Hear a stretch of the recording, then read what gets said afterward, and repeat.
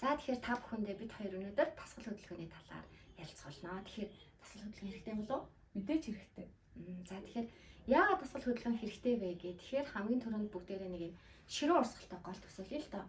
Тэгэхээр ширүүн урсгалтай голонд хог их хөрөнгөлөгдөх үү? Ийм тогтун урсгалгүй шахам усанд хог хөрөнгөлөгдөх үү?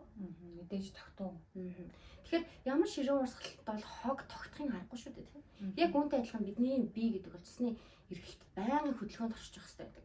Тэгвэл бидний энэ цусны эргэлт гэдэг зүйл, бодис солилцоо гэдэг зүйл зогссон үед юу болдог вэ гэхээр бидний биед гадагшлах ёстой бодис солилцооны эцсийн бүтээгдэхүүнүүд хөрөнгөлөгдөж эхэлдэг. Энэ нэргээд биднийг хордуулах, өвчлүүлэх шалтгаан болдог.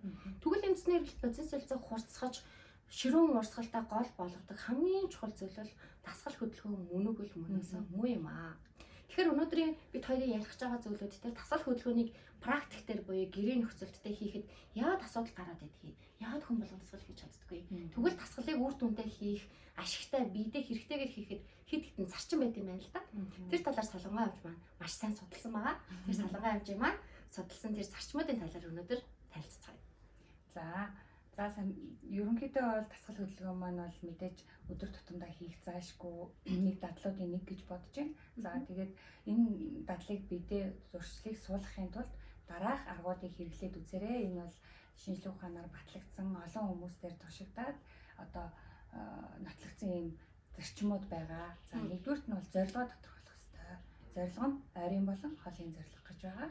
Ойрын зорилго бол мэдээж жинхэнэ хасаад ирэхээр өөртөө ихтэй болно. Гадаад үзмж гоо сайхны хувьд одоо гоё харагдаж эхлэв шүү дээ. Тэгээ мэдээж эндээ ороод ирэхээр чинь өөртөө ихтэй болно.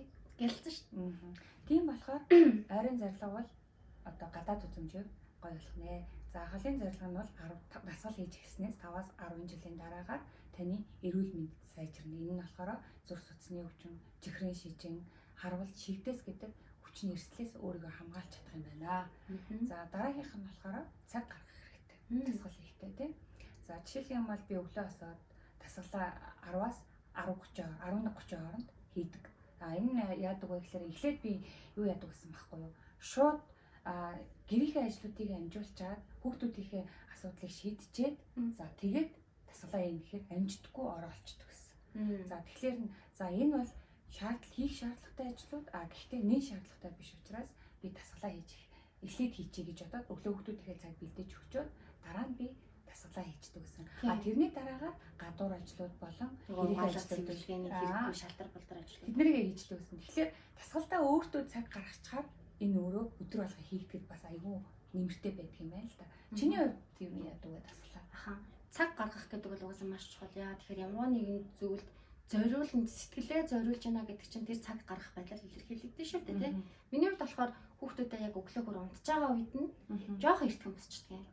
Одоо ингээд гүйцэтнээр авсан тохиолдолд нэг 6-д ч юм уу 5:30-д ч юм уу босоод тэр үедээ болохоор за тэр өдрийн юм сэтгэл зүйн байдлаас болно. Яг ингээд дасгал хиймээр амар гоё өдрүүдээ ирээд календар дээр тэмдэглэждэг. Өнөөдөр хийлээ нэг дугуулсан тоогоо тоолцохоор амар урамтай байдаг байхгүй. Энэ сард би магадгүй 30 оны 20-нд нь хийчлээ. 15-нд нь хийчлээ. За яг хуу 15 зүгээр эцэг зүгүүдээ дараагийн одоо 20 болох ч гэдэг юм дасгалаа ингээд явчихаар надад амар мотивац өгдөг. Тэнгүүд ингээ өглөөгөр босонгуудаа яг өөртөө дасгалын цаг гаргахаар арай нэг төвлөрчдөг. Жохо их тосоод босдог цагаас нь 30 минут л тосчдөг.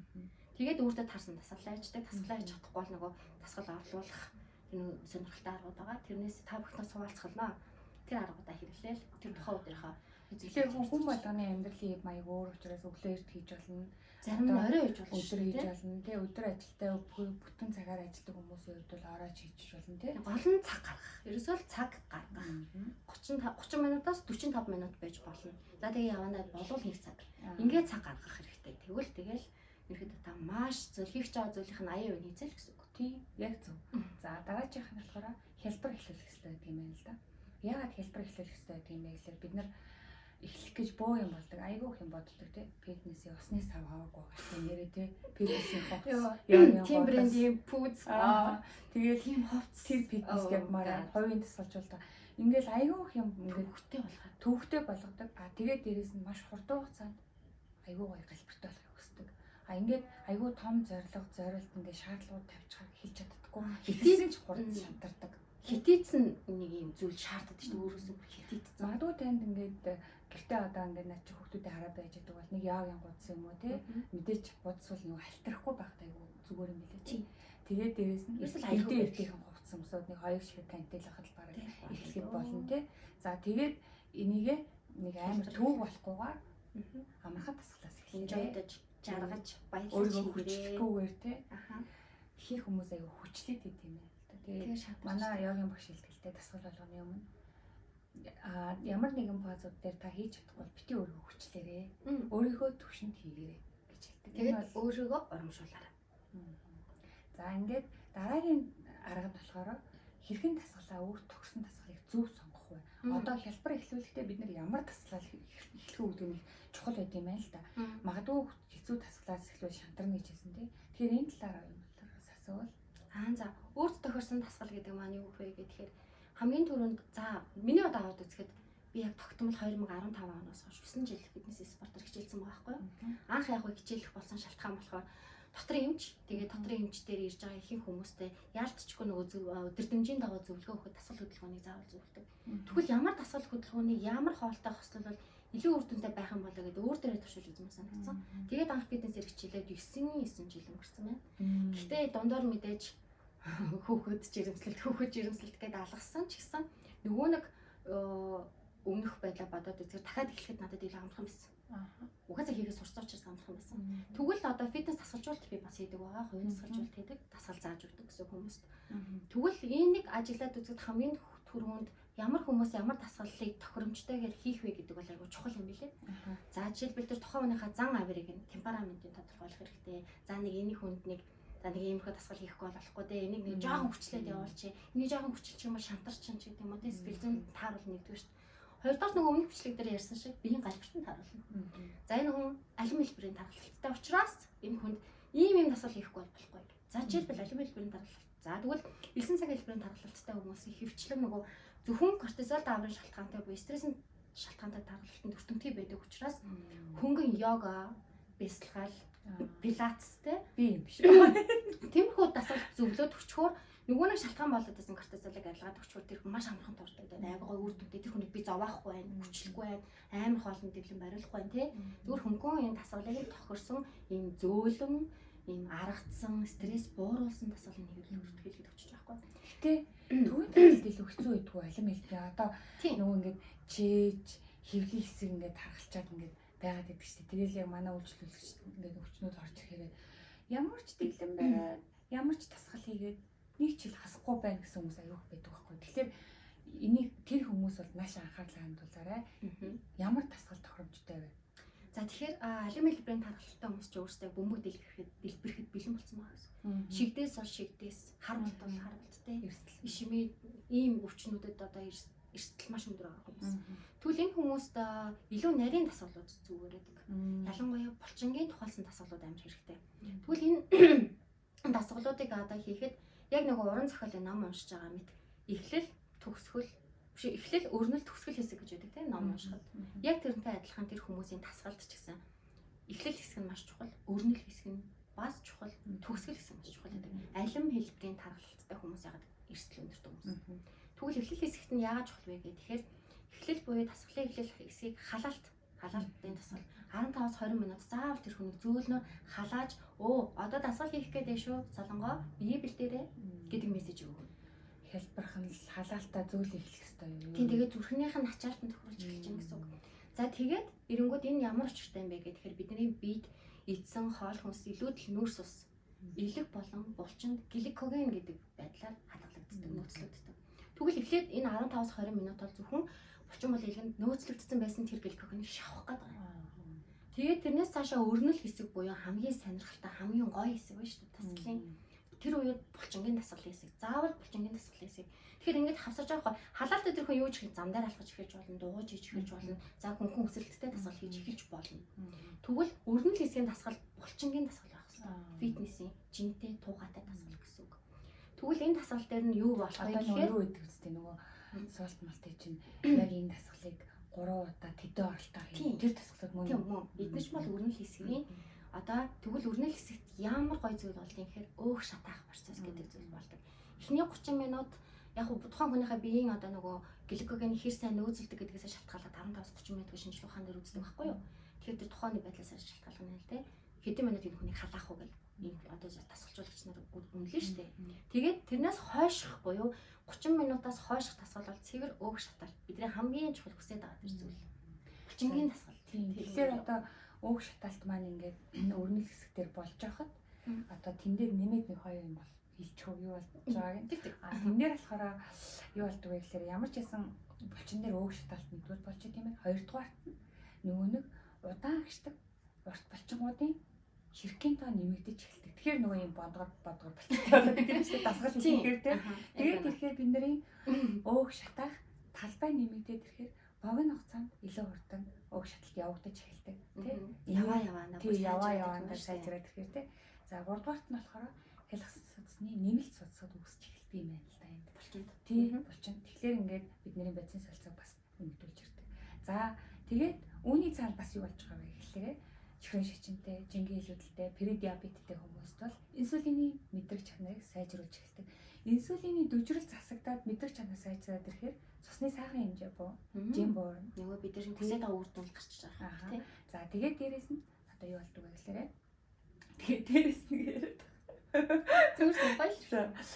Тэгээд инсулины мэдрэг байдал сайжрахаас гадна муу өөх тосны хэмжээ буурч эхэлдэг. Холестерин, тригглицеридийг бид нар яадаг вэ гэхээр зүрх судасны эмгэгтэй, чихрийн шижинтэй хүмүүстээр ихэнхдээ яадаг вэ? Статин гэдэг юм уулгаад байдаг тийм. Одоо янз бүрийн статины бүлгийн юмнуудыг тийм. За тэгэхээр энийг бид нар зөвлөсөн бол ууж явах хэрэгтэй. Дээрээс нь хоолны тэглэм, дээр нь дасгал хийснээрээ энэ өөхний хэмжээ бууж ирдэг юм байна. Зарим хүмүүс юм уугаад буудаггүй зөвхөн дасгал хөдөлгөөнөөр буух тохиолдол байдаг шүү. Тэгэхээр ер нь бол дасгал хөдөлгөөн бол цусны сахарыг өөх тосыг аягүй сайн буулгадаг байхгүй. Тэгэхээр энэний цаана саяны хэлсэн хоёр процесс болж байна. Инсулин дөжрөл засагддаг юм байна. Өөх тосыг нөгөө булчинд нөөцлсөн гликоген зарцуулахаас гадна судсан дотор байгаа муу хүн чинь тийш явчих. Одоо өөхний чөлөөтгөчл үүсгээд ингээд энерги үүсгээд тэгэхээр маш ашигтай шалгуу олон зүйл болж байгаа гэсэн. Тийм. Тэгэхээр нөгөө одоо ингээд түрүүн кортизол дааврын шалтгаанаас тархалтын үед хоёулаа булчингийн массыг нэмэгдүүлэх шаардлагатай гэж ярьсныг Солонгоч нь батлаад өглөө шүү дээ. Булчингийн масс нэмэгдсэн тохиолдолд та нэмж тархалахаас айх шаардлагагүй. Тэртээ тэрнгүү булчин илүү их ажил хийн, илүү их өөх шатаан, илүү их бодис солилцох болчихсон. Илүү булчингийн масс нэмэгдчихээр бидний нөгөө ачаал даах чадвар сайжрна. Шаталт гэдэг юм нэмэгдээд ирэх нь машинаар бол одоо мотор томборно гэсэн үг. Чи том мотор шүү дээ. Ой. Яхаа алхаж арай ихэд нөгөө юм задралт. Тэгэхээр угаасаа ер нь бол ингээд булчинлаг хүн, булчингийн масс сайтай хүн ядардаг. Амар их хүчтэй гэдэг. Юу ч хийх хэрэгтэй. Тийм байдаг шүү. Тийм. Тэгэхээр дараагийн буюу одоо нөгөө уруу харсан гурвалжин болон гурвалжин хэлбэртэй болон хэр хэлбэрийн тархалцтай хүмүүст ч гэсэн яг энэ дасгалын хувьд булчингийн тухайлсан хэсгийг ажилуулсан дасгал илүү тохиромжтой. За энэ донд яг хуу зарим нэг уй томтгай хүмүүс байдаг. Бидний бие бол ерөнхийдөө тасан зохицолтой машин гэж үздэг. Маш амархан зүйл тасан зохицдог, маш амархан зүйлд уйддаг. Тийм учраас дасгалынхаа эрчмийг системийг өөрчлөх хэрэгтэй. Тэгжиж илүү үр дүн өгдөг. Тэгвэл ялангуяа юм 100 баа ч юм уу, аэробик ч юм уу, иймэрхүү дасгалуудыг хийчээд заавал булчингийн дасгал хийж илүү үр дүн гарна л гэсэн үг.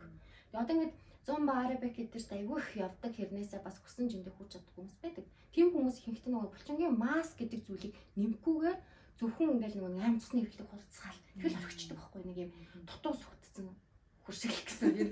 Нэг ажлаар дутуу хийгээд байна гэсэн үг. Ажлыг дуустал гэдэг тийм давс дуустал гэдэг. Тэрэн шиг тэр хүмүүсийн булчингийн чанарыг сайжруулж яж эргэж тархахгүй байхгүй юу? Булчингийн чанар, булчингийн хүч сайжирсан тохиолдолд эргэж тархахгүй.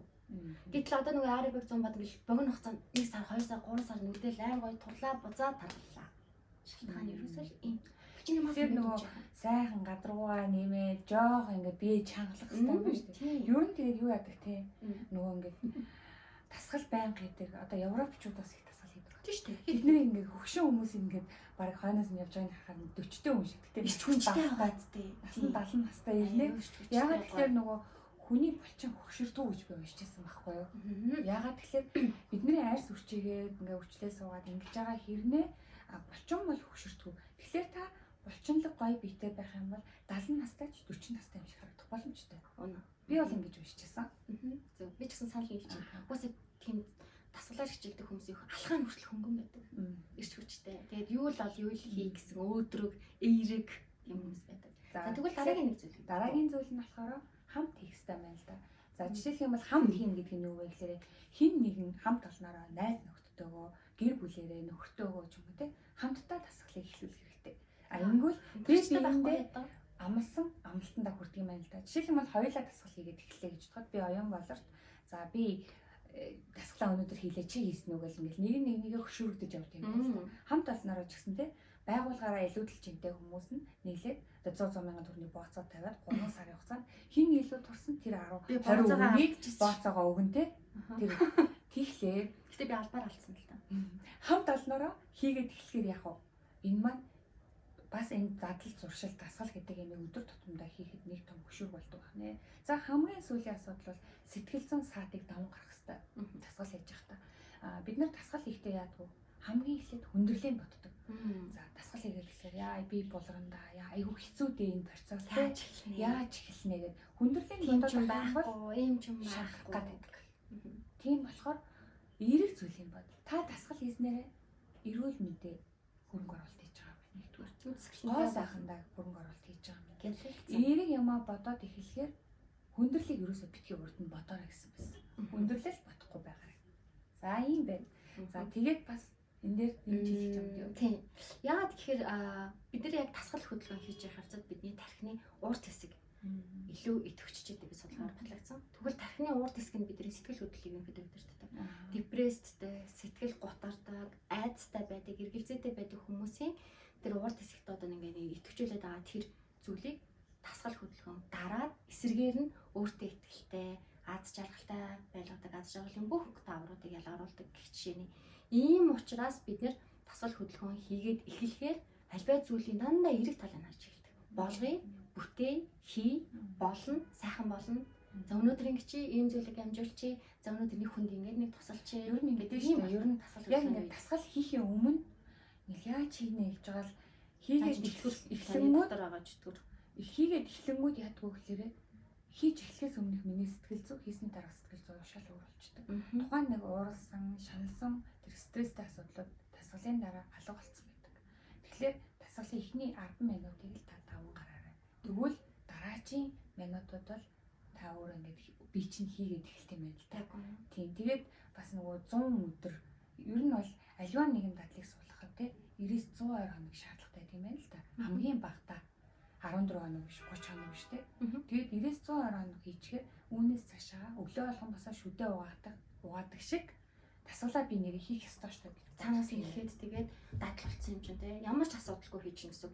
Би ямар нэгэн байдлаар цаг гаргаад эхэлдэг. 9 жилийн хугацаанд фитнесээр хичээлцэнтэй адилхан ингээд дадал болчдаг амар амархан та хідэн хүүхдтэй ч байсан бай тий амар их ажил ихтэй байсан ч өөрийгөө хайрлаж өөртөө цаг гаргана гэсэн. Тэгэхээр энэ зүйл угаасаа ингээд тархины урд хэсэг байнга идэвчээд ингээд эерэг зүйлүүд төвлөрөөд тахаар тэртээ түнхүү ямар ч саадыг даваж гарахад бэлэн болчихж байгаа байхгүй тийм. Тэгэхээр дасгал хөдөлгөөн ямар чухал юм бэ гэдгийг эндээс харагдаж байгаа хаа гэж. За одоо нэг хялбар энгийн аргыг хэлж өгье. За дасгал мэдээж хийж явахдаа гэртээ те тухайн дасгалын ачаалал танд тохирч гин үү багдаад байна уу эсвэл хитэд байна уу гэдгийг бас үнэлэх амархан арга зааж өгье.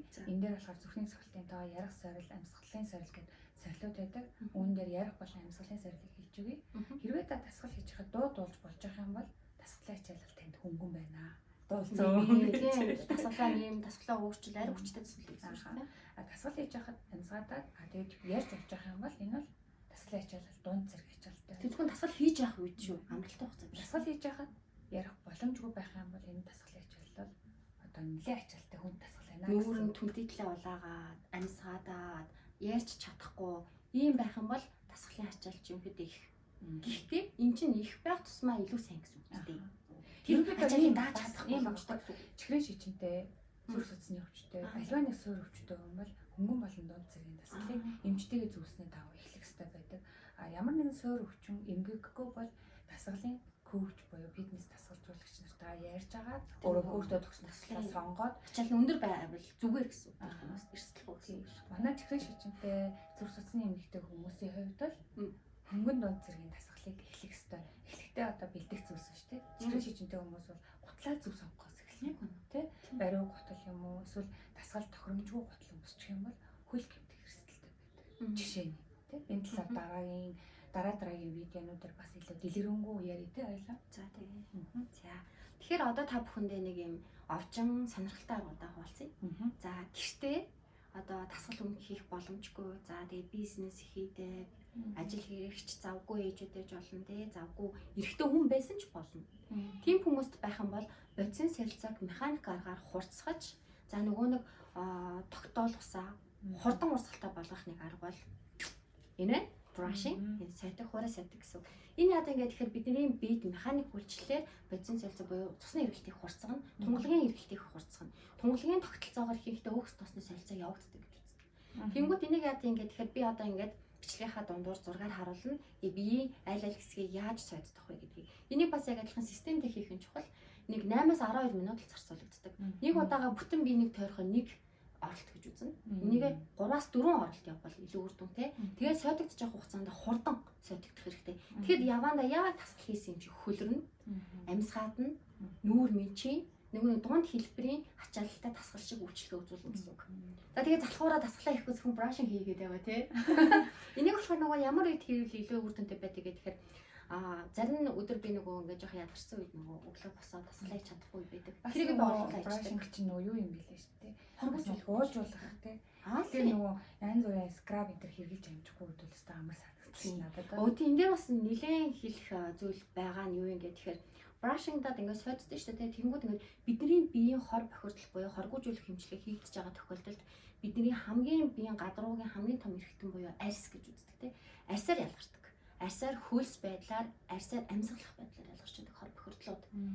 За мөн шээсээр, өтгнөөр, нус, цэр, шүлс гэдэг ийм их зүйлүүдээр ялгарч идэг бол тэгэхээр энэ яах нь вэ? Хамгийн том гадаргуугийнхын хэсгийг чинь бохирдлуудыг найлгах нөхцөлийг нь бүрдүүлээд өчгөр чинь турна гэсэн үг байхгүй юу? Ичидтэй л идэх юм. Ичидтэй. Үнэхээр ичидтэй. Би яг надад хамгийн хэцүү зүйл үед одоо мэдээж даамд болоход хэцүү үе гарч хүний амьдралд те. Тэр үед brushing буюу сайд маш хань болж исэн. Тийм учраас энийг бас хүмүүстэй зөвлөх аягүй дуртай. Мөн бид хоёрын нөгөө кортизол детокс хийсэн шүү дээ хоёлаа. Тэр үед brushing би солонгой амжилт маа зөвлөжсэн те. Brushing бас амар үрдэнтэй арьс үржил гоё болдог. Арьс толиод мөн одоо гөлгөрөө зөөлөн байна. Салж чадахгүй байсан целлюлит маань суларч унаад тийм. Тэгээд brushing бас заавал хийгээрэй гэж зөвлөе. За тэгээд brushing дээр нэг сануулгах зүйл Монгол эмэгтэйчүүдтэй монголчуудтай сануулгах зүйл гэвэл бидний эрсдэс сур амьсгалтай учраас brushing хийсний дараагаар шүршүрд орж амжих бол дээжиг тайлбар ярьчих болно. Заавал дараа нь тослоорой. Тосолж ич хүний биеийн хит харагдах хэрэгтэй. Тэгэхгүй тослохгүй тэр чигтээ ингээл ажил төрөлтэй хийгээл ингээл гараа авч юмал ядарна. Тэгээд бас төлдөн тэгээд нэг салхи гэж ярьдаг шүү дээ тий. Ялангуяа хөхүүл жоох хөвгттэй гэж бол салхи авах вэ. Тэрэн дээрээ бас анхаараарай гэж зөвлөе. За дараагийн нэг зүйл бол юм. Ирсэн? За гэртээ тасгал хийж байгаа тохиолдолд хийж байгаа тасгалаа. Ялангуяа нөгөө эмэгтэй хүмүүс гэртээ өгцөгний тасгал буюу хөлийн тасгал хийх юм бол маш үрдэнтэй нөгөө өөх илүү шатаадаг. Давраа бацсан ч тэр. Тэнгүүд ийм эрдэнэтэй тасгал хийхээр таны тасгалын үр дүнг чинь 200 дахин нэмэгдүүлнэ гэсэн. Ачааллыг нөгөө нэмэгдүүлчихдэг. Тийм. Тэгээд илүү нөгөө нэг булчингийн түн хэлсэн штэ ширхэг нэмэгдэнэ гэдэг нь өгцөгний хэсэг өгцөгний 3 төрлийн булчин байгаа тий. Тэр 3 төрлийн булчин гурвангийн тухайлсан тасгалыг хийж чадах юм бол юм гоё бөндгөл алимшиг өгцөгтэй болж чадах нэ. Тэгэхээр одоо ийм гоё нарийн аргуудыгаа бид хоёр цаашлаад Facebook group буюу сургалтын групп нэгээд та бүхэнтэйгээ хуваалцахаар шийдсэн байгаа. Тэр нь бол баг зэргийн дэмжлэгтэйгээр аваад тэгээд маш олон сонирхолтой овжин гоё аргуудаа та бүхэнтэй хуваалцаар болсон. Хуваалцахгүй бол хүмүүс бүрнэ. Тийм маш их асууж байгаа. Тэгээд дээрэс нь бас нэг овж арга хэлье. Тэр нь юу вэ гэхээр та нар зүгээр бодоод үз. Амьсгаад болдог, цусны эргэлт сайжруулдаг, нүүр ам улаалгадаг, хөлөргөдөг нэг л гоё зүйл. Тэр бол секс. Үнэн одоо энд одоо яаж ичгсэн байхгүй. Тэгээ угаасаа ингээ харахаар ингээ ганц бие те нэг тийм байнгын дотны харилцаанд орч чаддгүй хүмүүсийг харахад их хэрэгтэй тэгэлээ юм хэлбэрийн дагалцтай байдаг гэж ажилласан.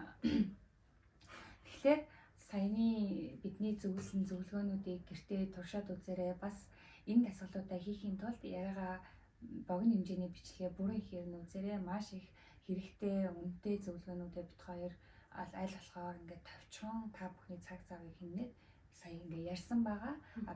Бидний сургалтын групп дээр бол бит хоёр дэлгэрэнгүй ярина. Мөн тухайн хүмүүсийнхээ биеийн галбиртанд тохируулаад дасгал болон дэглэмээ оруулах оруулах тэгэхээр илүү үр дүнтэй байх болно гэж бодож байна. За тэгээд Facebook пэйж хуудас болон Facebook хуудасуудаараа группийнхаа тухай зар мэдээллийг тухай бүртэн оруулаад явнаа. Ингээд бид хоёртай хамт байдаг та бүхэндээ баярлалаа.